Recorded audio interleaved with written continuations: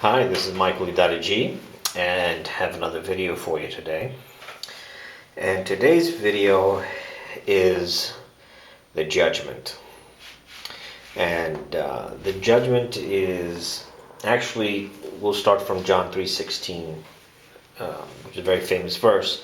But the judgment that light hath come to the world, and men did love the darkness.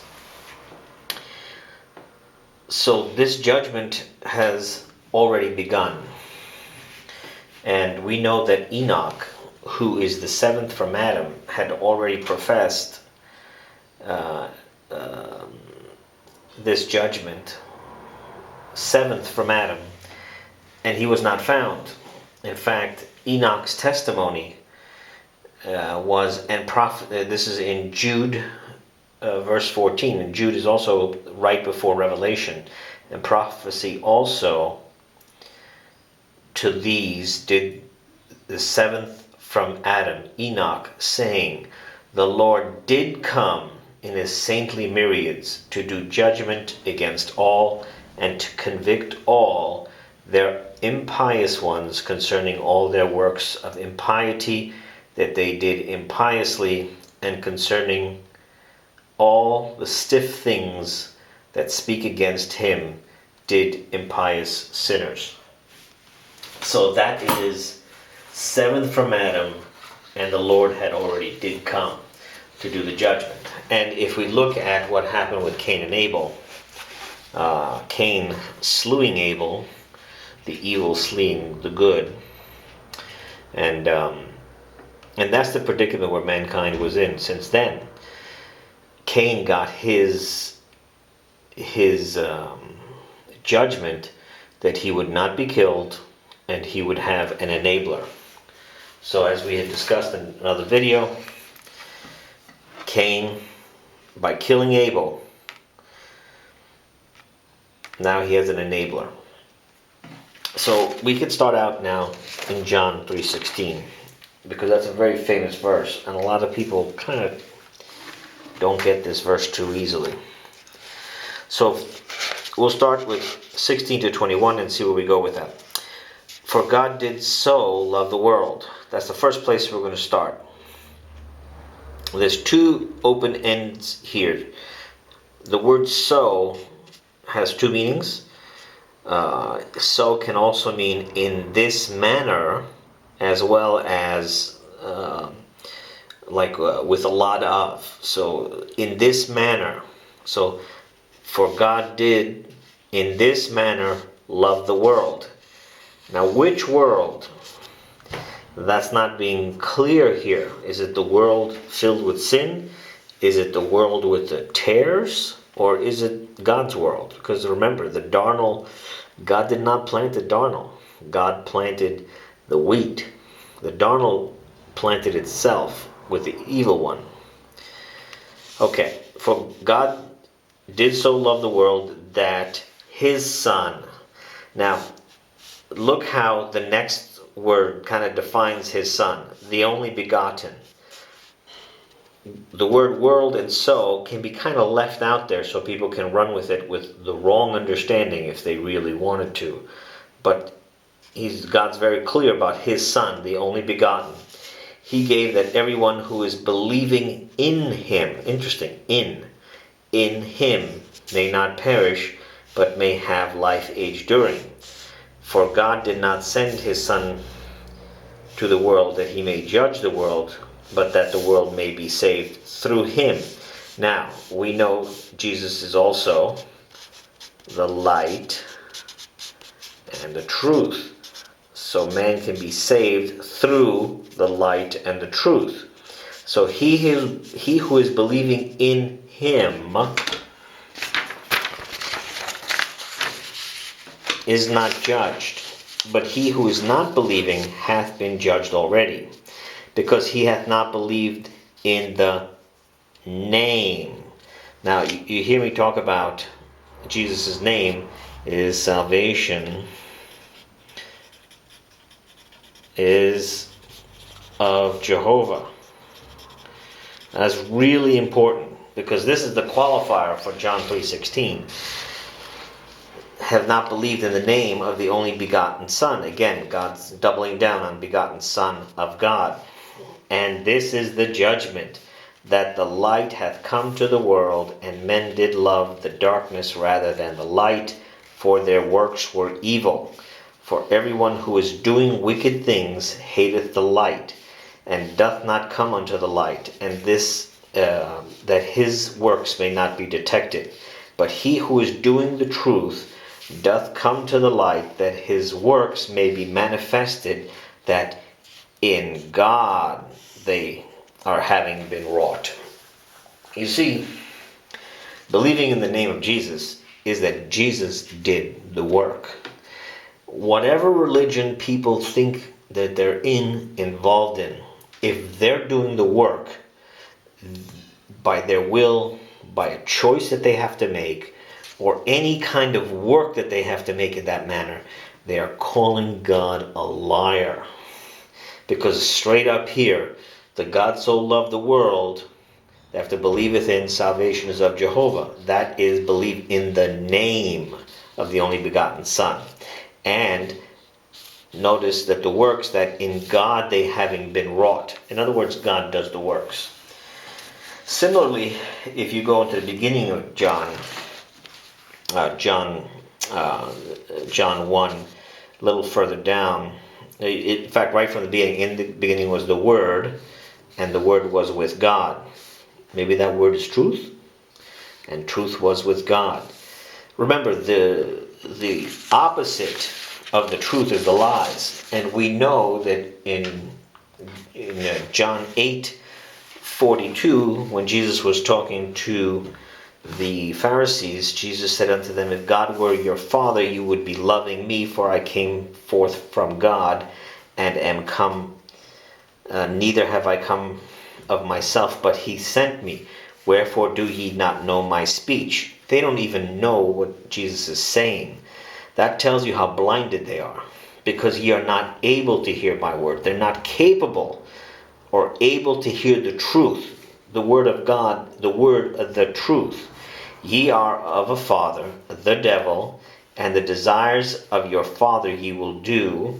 He was a manslayer from the beginning. So the first thing that we know is from the devil, you have murder, manslayer. And in the truth he hath not stood. The second thing you know, he does not stand in the truth. And why? Because there is no truth in him. No one may speak, when one may speak the falsehood of his own he speaketh, because he is a liar, also his father. So, look how important lies are showing you exactly what's going on. And like we had gone over many times, this relationship is a lie. This is the judgment. They cannot see the light. Now, God can have people maybe not fully in this place, not fully in the black hole, or not fully trying to go, beyond the speed of light, where God can change them. He did that to Paul, who was Saul before, and his very name changed, because in Paul's Saul existence, this was him, and he was actually killing the Christians, and God did turn him around. So this is the lie. This is the lie. And I had said this before, this person will not even be near you.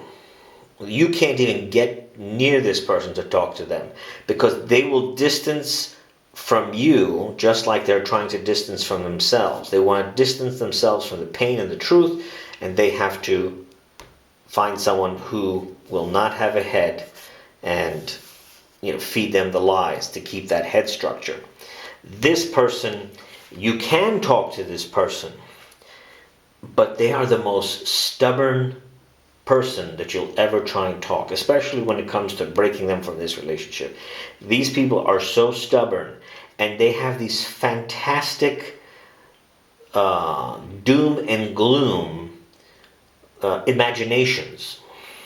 So if you're trying to talk to this person about something, and you're getting this obstinate answers from them, you can be, they're willfully blind at this point. They want to keep that head in there, and nothing you say can help them get that head out. And you've probably found that out now, because most likely you try to share with people about, telling the truth and what it really means about having the truth inside matching the truth outside. In fact, the true worshipers of God are going to worship in spirit and truth. This is the worship that God wants. And the spirit is in the torso, and the truth is going to come out of the mouth. So the true worshipers of God will worship in spirit and truth. So this is pleasing to God. And we know Enoch's testimony was pleasing to God. And he said the Lord did come. And let me tell you, that's the judgment. That you're not going to know that you're being lied to, and you're going to make sure you're feeding and growing this person. Okay, let's get back to John for a bit. See where else we go with this. Okay, John 1. All right, so in the beginning was the Word was with God, and the Word was God. This one was in the beginning with God. All things. Now remember I told you about all things, or not I told you. Remember I had said, there's nothing I can tell you. There's nothing you could learn from me unless the Spirit allows you to say that. So please forgive me if I make that slip of tongue every now and then. All things through him did happen, and without him happened not even one thing that hath happened. That's why we're able to see with the truth of everything that God has a pattern everywhere. This pattern is so easy to see once you understand the pattern and you understand when you're in the truth. You can't see it until you're in the truth. Once you're in the truth, then you could see it everywhere. And there's probably people there watching the videos that have probably made other connections that I'm not aware of. And they're going to bring that to my attention as well. And that's phenomenal. And that's how the Holy Spirit teaches. In him was life. So again, we have the truth, we have light, and in Jesus we have life. And the life was the light of men. Now, does this mean that this person is a flashlight? No. That person is not a flashlight. This light now is going to radiate with your truth. As you speak your inner truth and outer truth, you will radiate. Your relationships will change. There's no way that you could still be in the same relationships that you were in the past as you come closer to the truth. Especially if you are this person. Because remember, this person was within themselves. And this is their field of view. So they could only see the inflated ego of somebody else. And this person also, keep in mind, they know the truth, especially the cunning ones, or the covert narcissists, which are enablers as well. They know the truth. They know better, but they are either in fear when they're in this position, or they're scheming when they're the covert narcissist to do the truth, to be in truth. Now, does this mean you're going to go run out and quit your job? No. It does mean, though, that you are going to progressively exit this dynamic that you're a part of. And as the truth builds seeds, because these truths are seeds, and they will grow. As the seeds grow, you will be stronger and stronger. You've probably heard all these videos, do this, say this. You just tell them. That's not going to be nowhere near as powerful as this. It's just not going to be. Because what's going to happen is, as you, the person, starts getting all the no's out of your body, and you start getting more truth inside the body, this will force the head up. from this position, it'll force the head up, and as you have your new head, you're going to start speaking the truth more, and you're going to be in light more. You're going to understand things. People are telling me that they're seeing, they're actually like reliving the memories, because that's part of the light coming in and consuming even the bad energy, consuming the lies and the no's, so that now your head is able to be more in the now, and then you'll have more consciousness of the past. Another thing might do another video on is that this is poverty. People talk about systemic poverty. When the parent doesn't know how to deal with the child in the different stages of development, they kill the creativity of the child and they push the head in. And now this person, for the rest of their life, is going to be limited in what they can achieve. And if this is the person having the child, they're going to create that person. And now you got people that are either going to end up going to prison or creating bad behavior or systemic bad behavior. I'm not talking about people that just kind of caught a bad break or something happened, but you're going to have systemic bad behavior in prison. Not the narcissist, remember, more the psychopath, because the unsuccessful narcissist is the psychopath. Okay, let's go back here. In him was life, and the life was the light of men, and the light in the darkness did shine. So the light did shine in the darkness, and darkness did not perceive it. There came a man having sent from God, whose name is John. Now, what we just read about, you could not perceive the light. The same things that you're getting the judgment, because the light did come. And how many times was this person told to get away from that person? How many times they made every excuse in the book to say that, no, I'm going to stay with that person, you don't know, or they're quiet. They'll stay no matter what. They cannot say they were not told the truth. The light did come of truth, but they loved the darkness because they were infused in the darkness until God pulls them out. And the same thing with this guy. Same thing with this guy. And a lot of times I say this all the time. Don't just blame this person. When you find this person, which is very easy, this person is not far behind. Is not far behind. In fact, in a glorified movie, Troy. I don't know if you ever saw the movie Troy. And of course, I've watched movies too. It's not like I know they're wrong and everything, but I've seen movies too. But Troy, there was two brothers. There was Paris and Hector. So what Paris did, Paris took Menelaus's wife. Paris took her. So he's kind of like more psychopath. Hector had warned him not to do anything wrong because they were trying to have peace with Troy, with Sparta, and this is they're from Troy. So what did Paris do? He got Helen, the wife, and took her. And when they were on the boat, they were on their boat coming back. There's the sail and everything. They were coming back from Sparta. Helen was on the boat. Paris showed Hector Helen. At first, Hector turned the boat around, but Hector did tell Paris that this is wrong. We shouldn't be doing this. But Hector is the enabler.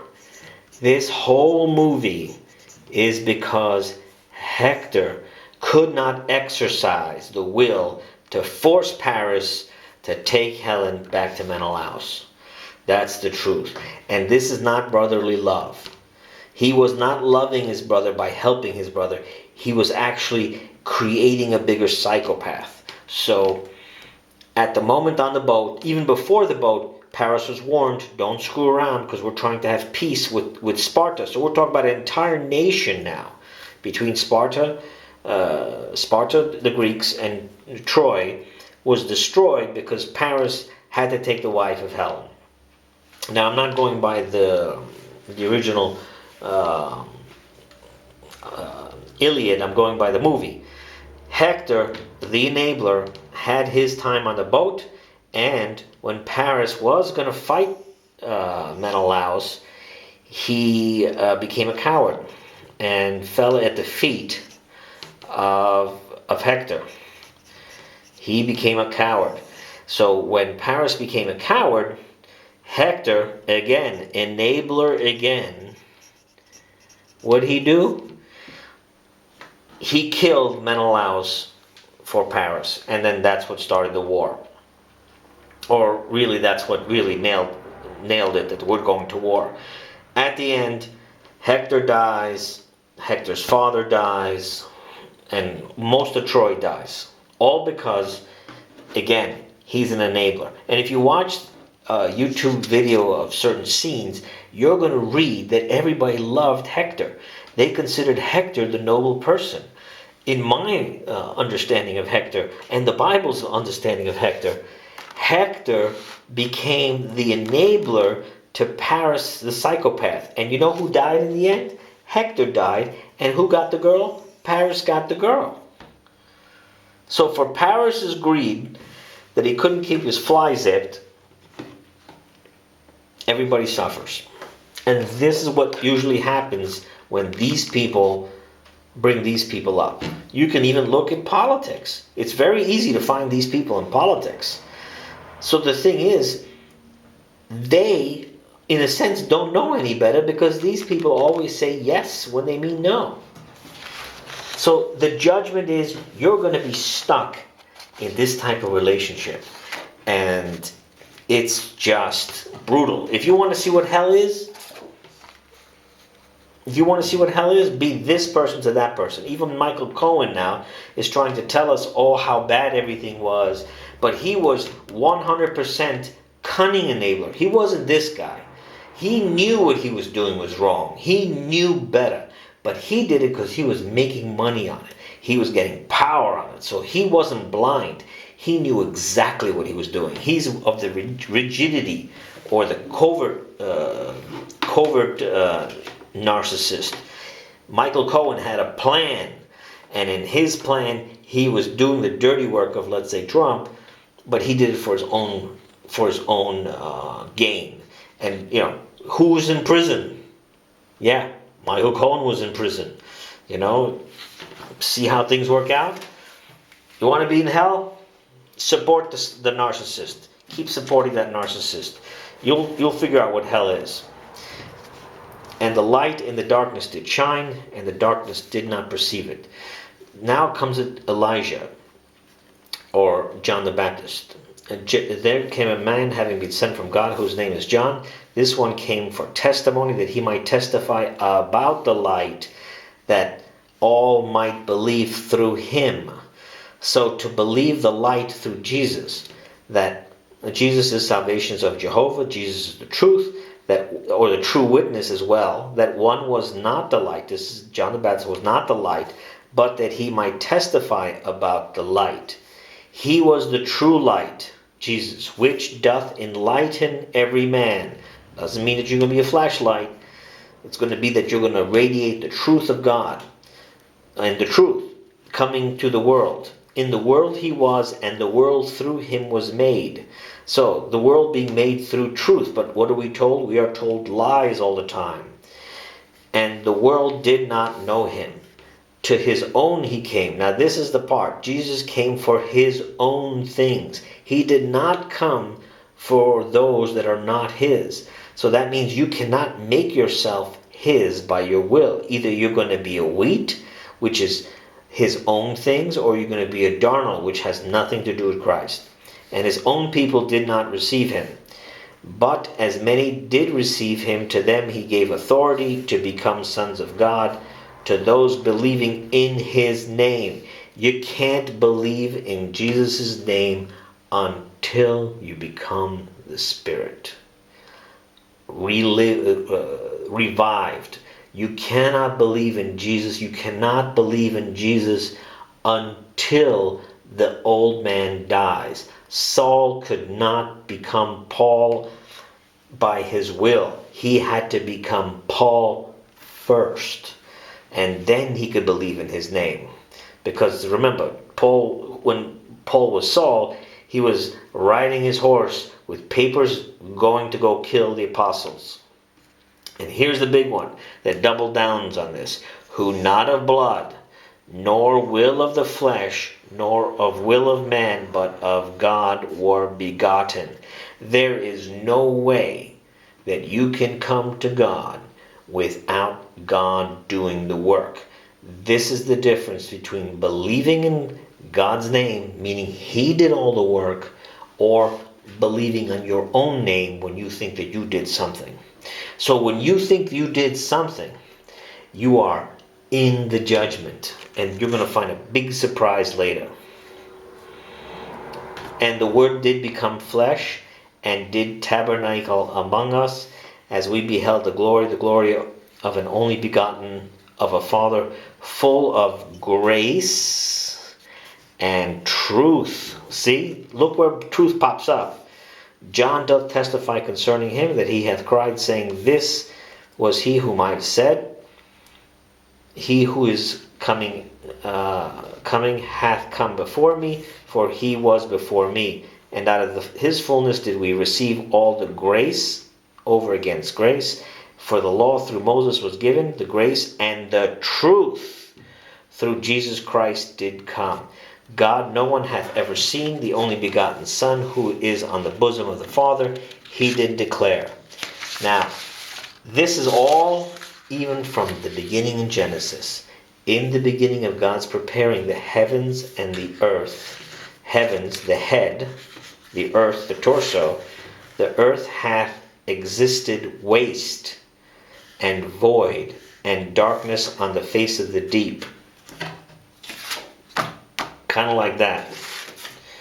And the Spirit of God fluttering on the face of the waters, and God said, Let light be, and light is. That's exactly what happens to us when we learn the truth. When our inner truth is our outer truth, and we are now escaped the judgment. That's the escaping of the judgment. That's evidence. Speaking the truth is the evidence. Even Pilate, when Jesus was in front of him, Jesus said, that I may testify to the truth in John 18:37. Everyone who is of the truth doth hear my voice. This is what he's saying in front of Pontius Pilate. And the next verse, Pilate said, what is truth? And he's standing in front of him. Again, you can look throughout the Bible for how the Bible uses the word truth. John 8:31, Jesus therefore said unto the Jews who believed in him, if ye may remain in my word, truly my disciples ye are, and ye shall know the truth, and the truth shall make you free. In fact, that's what it says. Let me just make sure. And the truth shall make you free. You can't get to the